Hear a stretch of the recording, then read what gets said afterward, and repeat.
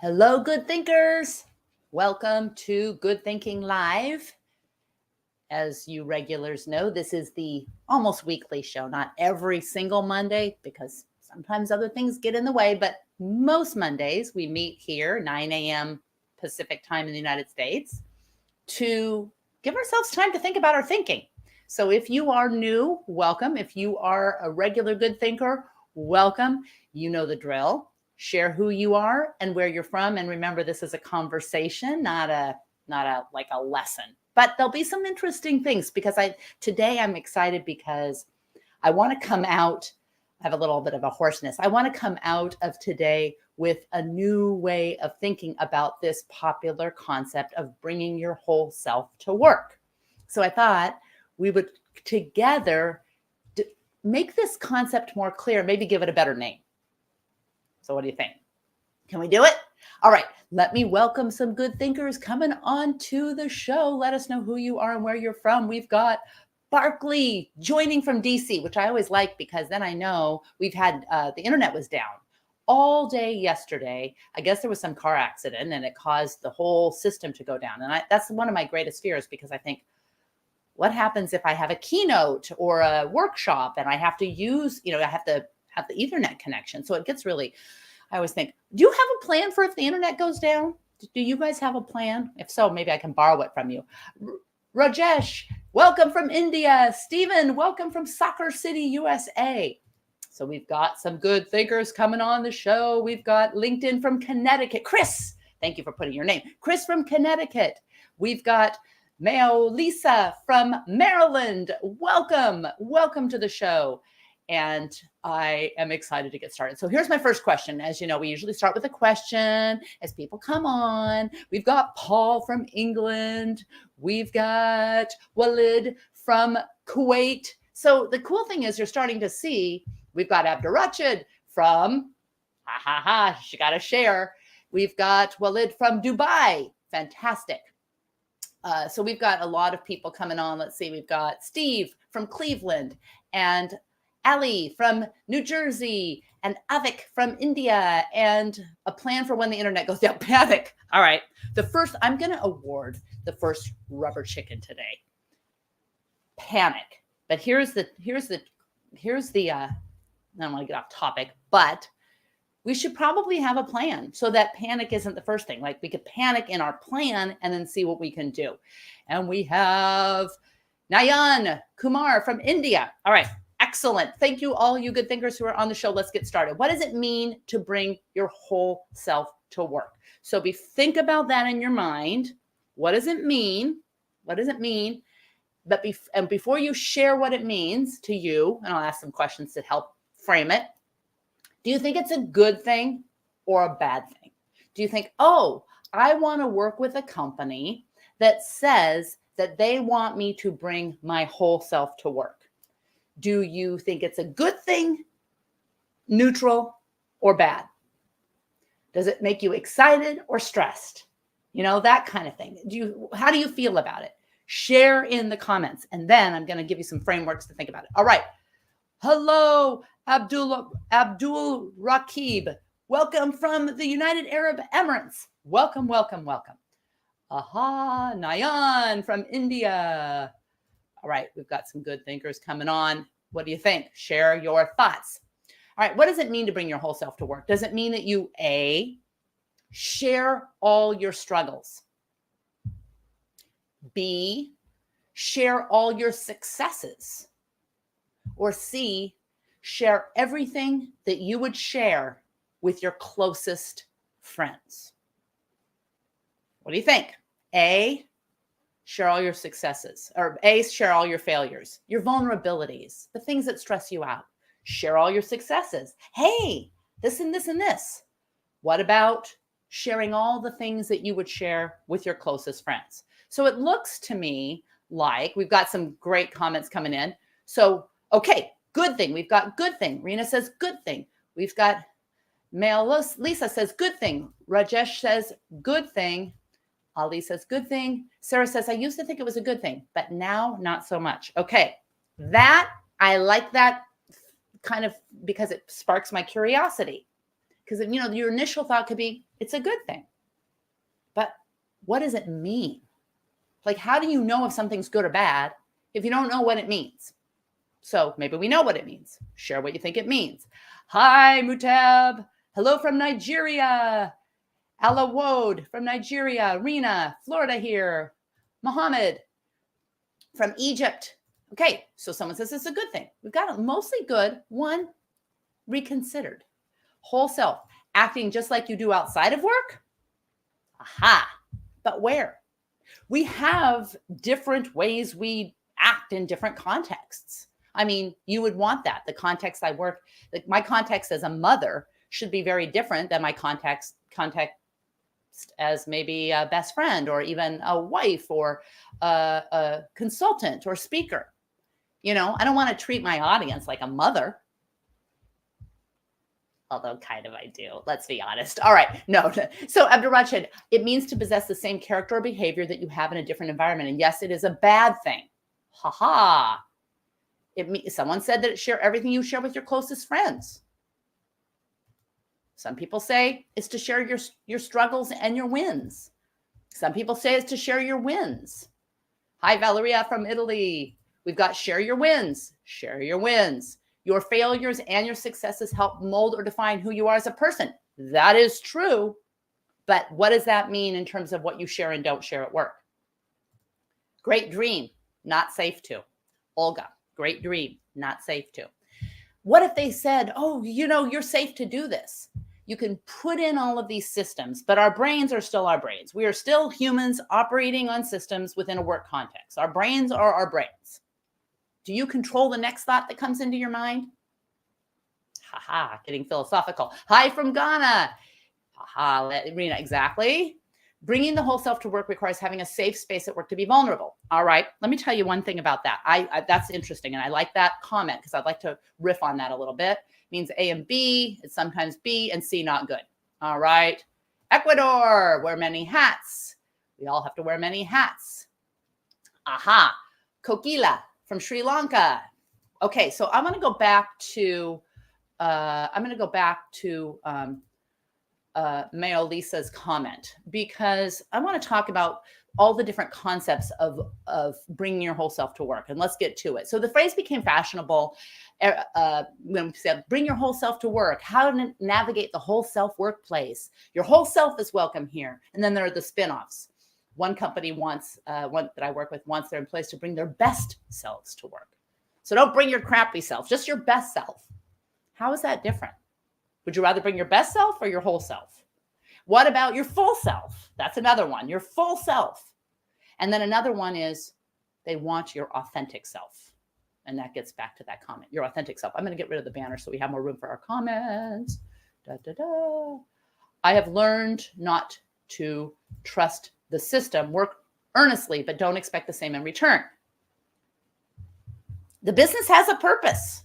And unless that purpose is to, the number one purpose of the business is to make your life exactly like you think you want it, there might be a point to that. All right, let's talk about the authentic self. I will tell you a little story that I wonder about authenticity. And I think sometimes authenticity is sold as vulnerability, and vulnerability can be manufactured. So here is a story. When I was leaving, I was in real estate for 20 years. And when I was leaving real estate and I was working on some of these other projects on the side. And when I was leaving to publish a book and kind of take this plunge into this area that I've been working on the side of critical thinking and decision-making, about that time that I announced that I was leaving and starting this company, my mom was diagnosed with cancer. And people loved to come up to me. I mean, people were really great, and it was a hard time, obviously. But here's what was interesting. When people asked me, did your mom's diagnosis drive you to go through your true meaning? And I told them the truth. No, I had actually been planning this since the day I started. I didn't think I was going to be in real estate this long, but I've been working on this side project for a long time and ready to launch the company. It had nothing to do with my mom's cancer diagnosis. I had many people express their disappointment. Like, okay, you're not being vulnerable. You're hiding something. But the truth was the truth. I had been planning this, my mom's cancer diagnosis. and her subsequent death had nothing to do with, anything more than anything else than me leaving, but that disappointment. And I had a friend say, you're just not willing to be vulnerable. You're not being authentic about your reason. I said, well, actually, I am being authentic about my reason. It's just not heart-wrenching. It's not sad, but it is authentic. And so anyway, okay, so Olga says that was not my meaning. Yes, yeah, no, I know what you're meaning. I think what you're meaning. Anyway, so your working self, your best self, your authentic self. What is an authentic self? What is an authentic self? So when you're thinking about what you want to bring to work, like if you have the same job, you have a job offer, the same, all the bells and whistles of everything that is important to you, but one company is saying, we want you to bring your whole self to work, and the other company is not saying anything about it. What do you expect to be different between these two companies? What do you expect to be different? That's what I am. That's what I'm wondering. And Rena, it wasn't that I was, I wasn't prepared for my mom's death. That wasn't the issue. It's just that it was not relevant. I had made a plan to make this job change. And when I told people that it wasn't because of this heart-wrenching experience, people didn't like that. They wanted to know that it was the job change was more meaningful, than it really was infused with this meaning that wasn't really true. That wasn't authentic. So authenticity, how many of you think authenticity can be manipulated? So, okay, sharing struggles only invites bad energy in postmodern work life. For success, everyone wants you to do well, but not better than them, resulting in vulnerability, Okay, there's some truth to all of these comments. Some might be like a little cynical, but sometimes, you got to be a little skeptical about some of these concepts. Would you rather work at a place that wants your best self, your authentic self, your whole self? And what does this all mean? Now, most of you said this concept is good. Some of you said bad. Why is this concept good? To whom is the benefit? Who is benefiting from this concept? If it's good, what does it create? What does it do? How about this? Do you like this description? Employees need not to pretend they're someone they're not. At our company, Applied Curiosity Lab, employees do not need to pretend to be someone they're not. Instead of having a workplace person and a non-workplace person, people can just relax and be themselves. Yes or no? You want to come to work? Yes or no? What about that definition? All right. So we've got, hey, Joanne, media guru in the house. Let's see. Abdurracha, for people, it was a causality correlation problem. Yeah. Okay. I disagree. Sharing struggles can bring people together and show that one is not alone. Okay. So I agree with you. I totally agree with you. But if people become so addicted to the struggles that they can be manipulated and manufactured, that's where you got to look out for it. Or if people feel like they can share their struggles, but if they share their successes, you're boasting. So then you end up kind of like hiding your successes from your work people. All right. So this one says, I feel like I'm accepted. It's very comfortable that I'm not judged for being myself. All right. Now, Barkley asks a great question. What does the opposite look like? If you work for a company where they don't bring your whole self to work, just do your job, do what you need to do. What does the opposite look like? Haha, that's always a great question. I think I have to give that one a rubber chicken, because come on, there's so many rubber chickens. I can't even see straight. There are so many rubber chickens today. All right. Do you bring your religion to work? Do you bring your private desires to work? Do you bring your doubts? Do you bring your fears? Do you share the things that excite you? What about the private things that excite you? I don't mean like, clearly there's some boundaries there.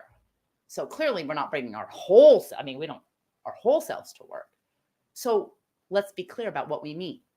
What if I think you said to bring my whole self to work, so I'm going to lay it all out there, and someone else goes, I don't really feel, I don't want to bring my whole self, because some of my whole self is my private that I love keeping private. All right. If you believe in conspiracy theories, should you bring your ideas to work? Should you share those? That's a big part of you. Should you bring all of that? And if you don't, then maybe the whole self is not the best concept. What do you think? All right, let's see what we've got. We've got some good comments. I would prefer your sustainable, developed working environment. So I love it. Basically, I'd like to bring the self that brings the skills that you can provide. Ray, hi Ray. It does take energy to edit one's personality, but work itself takes energy. So you would argue that it's all part of what you are getting paid for. Right. I mean, if you see conspiracy theories everywhere and you love to read about conspiracy theories and you kind of like to believe them, do you bring all that to work? No. For those in marginalized communities, the opposite looks like assimilation, aka conforming to the norm. Okay, so this becomes a little bit of a conundrum into some philosophical stuff. How many of you think? Actually, we'll have you put a number on it because we're going to come at. I love that comment, Maile said, but I want to come at it from a different angle in just a minute. So one LinkedIn user says, I think if you're bringing your whole self to work, you would have a certain amount of focus to your job at hand, as shop foreman distractions could cause an operator to lose a finger or worse. Absolutely. All right. So here's a question. And there's actually some research. So we'll see how close you get to the research. Here's a question. If you took your closest friends and family, just think about the people who know you best. Maybe it's a few, maybe it's a lot, but people who know you best, and then maybe one step outside of that, the next layer of people. How well do you think, and you had to put 5 adjectives that describe you, 5 adjectives that describe you. How well do you think that the people who know you best would align with what you say yourself is, like the most truisms about yourself? Do you think that they would align barely at all, a 1, or totally 100%, all 5 adjectives, a 5? Would 1 adjective line up, 2, 3, 4, or 5? Put it in the chat. These are the people who know you best. And you put out 5 adjectives from a list. Let's just say there's a list of maybe 200 adjectives. And you put out 5. How well would those 5 line up? The most important things about you with what other people who know you best line up. And should that be the same at work? All right, let's get to it, because the whole idea is to create understanding, right? If you think you're bringing your whole self to work, you would have a certain amount of focus, right? We say, okay, that was it. Barclay says, even if you want to bring that stuff to work, how much can you talk about it? Aha. All right, now we're getting some things. So the people that know you best, 4. I have 200 comments, 4. Ooh, 5. Ooh, you guys, 4 or 5. Wow. All right. You know what? Let me give you a little bit of research. Because studies suggest that 95% of us, and there's some interesting studies, and we could get into what are these studies, because that's a great critical thinking question, obviously, to come at these studies with skepticism. But in the interest of time, let's just say that there are some really good studies that suggest that, well, 95% of us consider ourselves to be self-aware, as defined by matching with what other people think.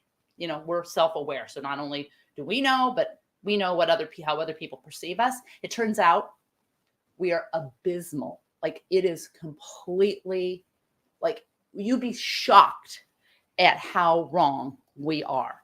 Only a tiny percentage of us, fewer than 10% of us, are actually on the self-awareness, really matching with the way our truisms match with what other people say about us. So also spending a lot of time thinking about how others perceive us, sharing and caring, it's not linked to greater insight. It's actually not linked to greater self-awareness. So all the time that we are spending, I would argue that a lot of the time that we're spending sharing on social media and waiting to see and creating our identities around these groups of people that are, you know, available to us that wouldn't have been available to us before, are controlling more than we think about how we think about ourselves. Now, it's a little weird. I don't want to get off on the idea that I believe self is an illusion. So there's that. If you ever want to get deep into the philosophical part of good thinking, maybe we can do an episode on that. But we're going to stay in this realm, and I'm going to pretend that I believe that the self is actually something. It's not just a bundle of experiences and perceptions that we perceive and tell a narrative. Okay. I'm going to pretend that I believe that it's more than that. Okay. For the sake of argument. I don't secretly, but I'm going to pretend I do. All right. So what does that do? Does focusing on yourself, whether your identity as an X or an identity as a Y or an identity as a Z, does focusing on that identity and making sure that other people know about that identity and then finding other people, does that give you more clarity or less clarity? What do you think? So, how much does how we describe ourselves align with how other people describe themselves? That's a good one. See, that's a twist. And it turns out there's some interesting answers around this, because as you get into our silos of sameness, where we have these beliefs that we think, oh, this is something that we should all know now, we tend to align more with how other people describe themselves when we are spending a lot of time talking about ourselves. And it's much easier on social media, by the way. Okay. So Ray says, this reminds me of a concept, personal user's manual at work. I love it. I love it. All right. So let's create you guys want to create a new definition? Let's do it. First of all, have any of you tried Johari window, Johari window? Have any of you tried that? That's the test that psychologists developed in the 1950s in the hopes of helping patients gain self-awareness. But it's been used in all kinds of ways, and it's used in modern times. In one version, you're presented with a bunch of adjectives, and there's positive versions and negative versions, and you're asked to pick the most important 6. And then you send a link to your friends, and then they match you with the most, the top 6 too, without seeing what you said, and you see what overlaps. And you would be shocked. There is hardly any overlap. And that correlates, that is across people who feel that it's going to be total overlap, like a 5 and all the way down to like a 1. There's hardly any overlap. So in 1996, Nora Ephron, the writer, described a game she liked to play. And I think this would be fun. Do you want to try it? Anyone want to try this game? So if you're brave, share in the chat the top 5 truest things about you. The top 5 truest things. I haven't really thought about that. The top 5 truest things. It might take a little longer, but if you can, later, if you're watching this and you want to share in the chat or you think about it, you can put it in the chat. Now, here's what she found. 10 years later, do most people share those same truisms about themselves? Do most people, are we consistent? Sure feels like the answer would be yes, of course. Turns out, not at all. Shockingly. And you think, well, not me. I'm the same as I always was. And what's important to me now is going to be important to me in 10 years. What's important to me 10 years ago, same thing. I am who I am. Turns out the evidence doesn't support that. So when you bring your whole self to work, you're bringing all of your thoughts, experiences, whatever, of the day. Now, we've got some interesting things. We've got less clarity and uncomfortable. Yes, I'm an open book. Yeah, I mean, you could be an open book, but we don't necessarily have access to how these ideas got into our brains in the first place. We have stories that we can tell, the stories of our identity, the stories of our history, the stories of, but the next thought that comes into your brain, which is about whether the self is an illusion, and you think, no, did you control that thought? Did you come up with that thought? All right. So that's getting philosophical. Let's get into a better way to look at how you can benefit, both from a corporate standpoint as a leader and also as a person, just enjoying work in a different way than just randomly telling people to bring their whole selves to work, because that's confusing. And we can see that even though we think it's a good thing overall, not everyone, and it might be, we're not, what is it? And in critical thinking, we have to make concepts clear. Okay, so let's reframe it.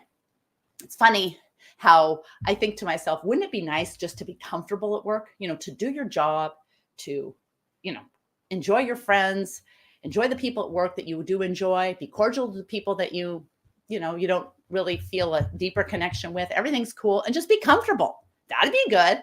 I'd like that. How many would like that? But if you called it a comfortable culture, people would be like, oh, that's complacency. Comfort is complacency. Why is comfort complacency? Do we need to be uncomfortable to move the dial? So let's work on our good thinking version of this, good thinker version of this.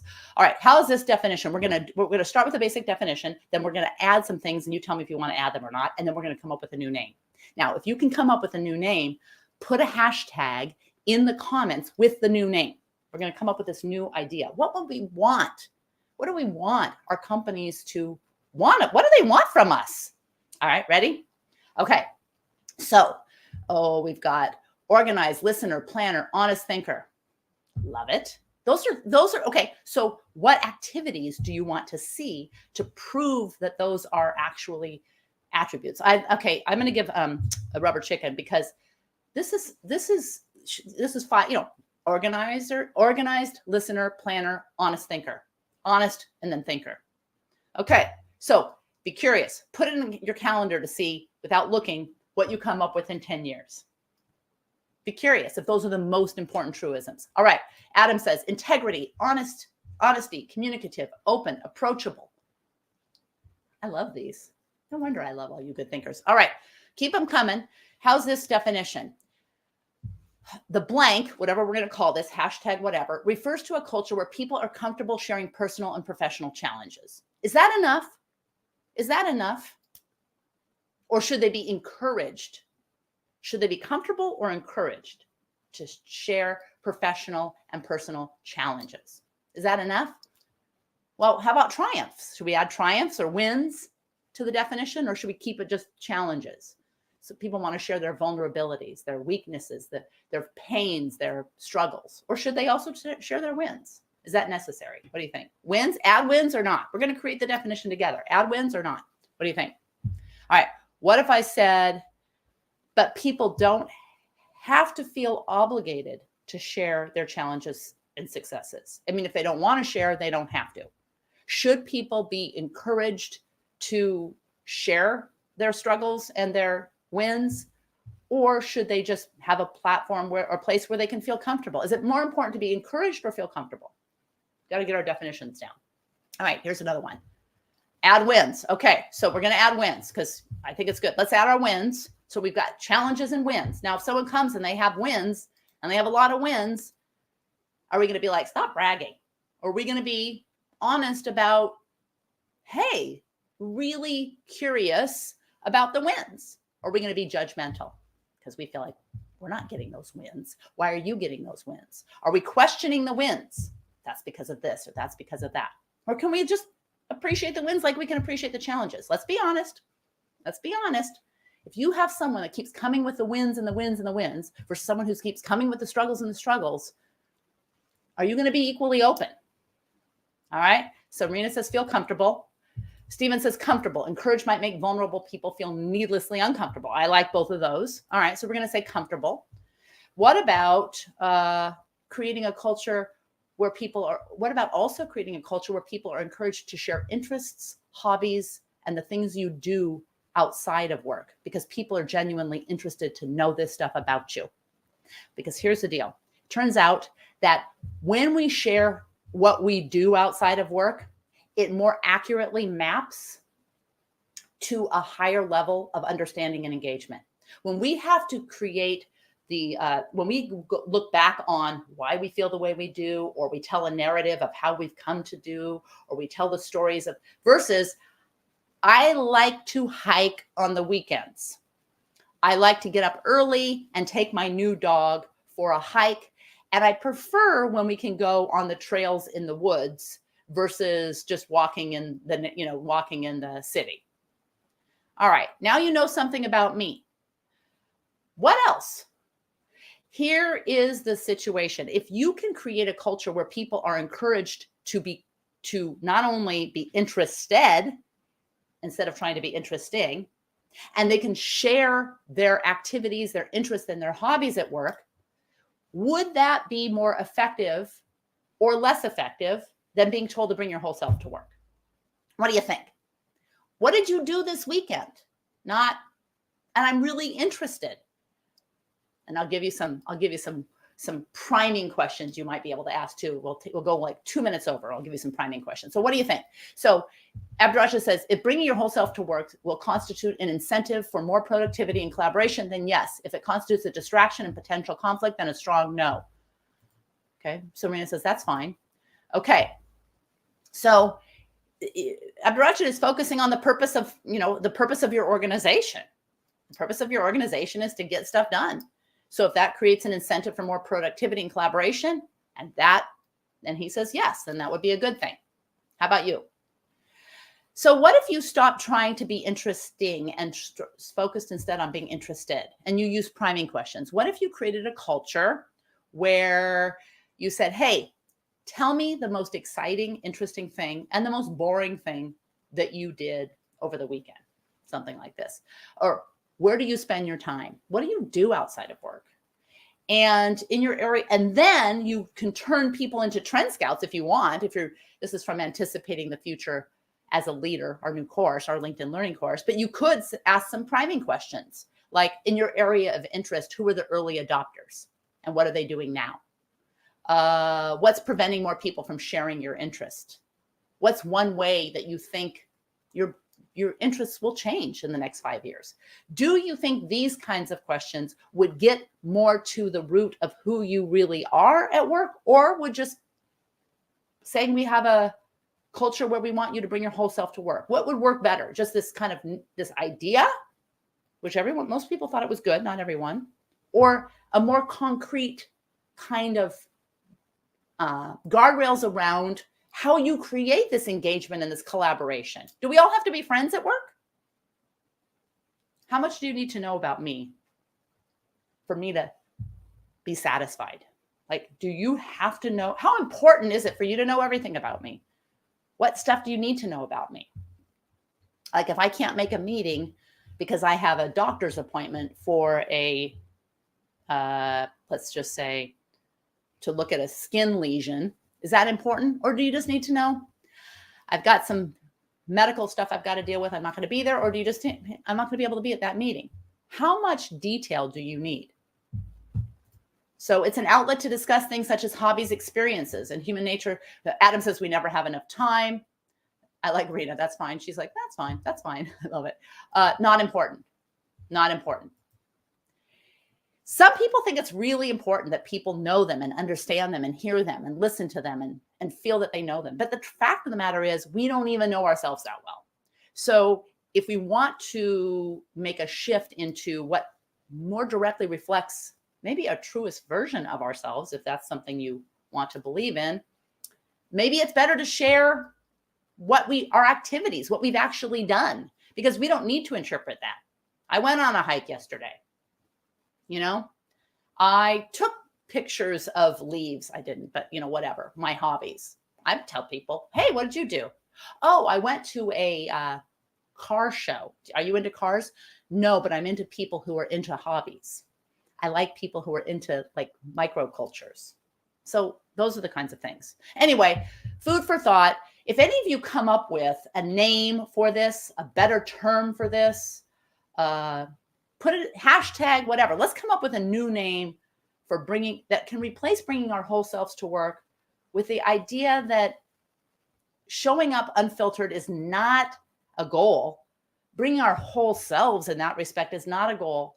But if we really want to engage and enjoy a place where we spend so much time, if we're much clearer and give a much more accurate description of who we really are by focusing on what we do, then maybe how we describe ourselves or our identities aren't as important. Maybe they're red herrings for really our true selves, if you believe in that. Anyway, a little philosophical conversation. Sometimes we go there, sometimes we stay here. Thanks for joining us each week on Good Thinking Live. Keep the comments coming. Have a great week.